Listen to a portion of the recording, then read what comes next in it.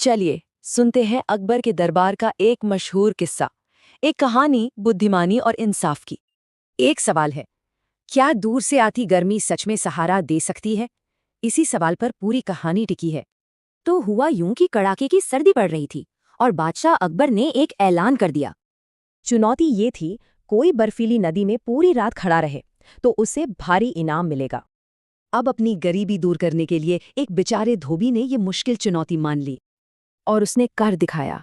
पूरी रात ठंडे पानी में बिताई और सुबह सीधा दरबार पहुंचा। लेकिन दरबार में कुछ ऐसा हुआ जिसकी उम्मीद नहीं थी। इनाम तो दूर, उसके साथ अन्याय हो गया। बादशाह अकबर हैरान थे। उन्होंने धोबी से पूछा कि यह नामुमकिन काम आखिर हुआ कैसे। धोबी ने भी ईमानदारी से जवाब दिया। कहा, दूर महल में एक दिया जल रहा था, बस उसी को देखता रहा। बस इतना सुनना था कि बादशाह भड़क गए। बोले, तुम्हें तो दिए से गर्मी मिल गई, कोई इनाम नहीं मिलेगा। हद तो तब हो गई जब इनाम की जगह उस गरीब को जेल में डाल दिया गया। अब ये सब देखकर बीरबल चुप कैसे रहते? उन्होंने बादशाह को सबक सिखाने की ठान ली। अगले दिन कुछ अजीब हुआ। बीरबल दरबार में हाजिर ही नहीं हुए। बादशाह को चिंता हुई तो बादशाह खुद बीरबल के घर पहुंच गए और वहां का नजारा तो और भी अजीब था।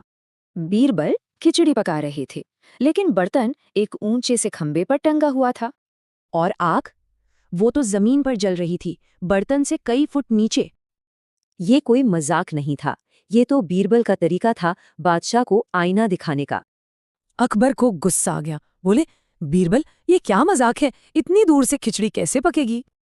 बीरबल ने आराम से जवाब दिया, पकेगी झापना, ठीक वैसे ही जैसे धोबी को दूर के दिए से गर्मी मिली।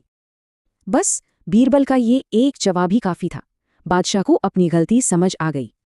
फिर क्या था, धोबी को फौरन आजाद किया गया और उसे उसका इनाम भी मिला। तो ये कहानी सिखाती है कि अन्याय कितना भी ताकतवर क्यों ना हो, अक्लमंदी से उसे हराया जा सकता है।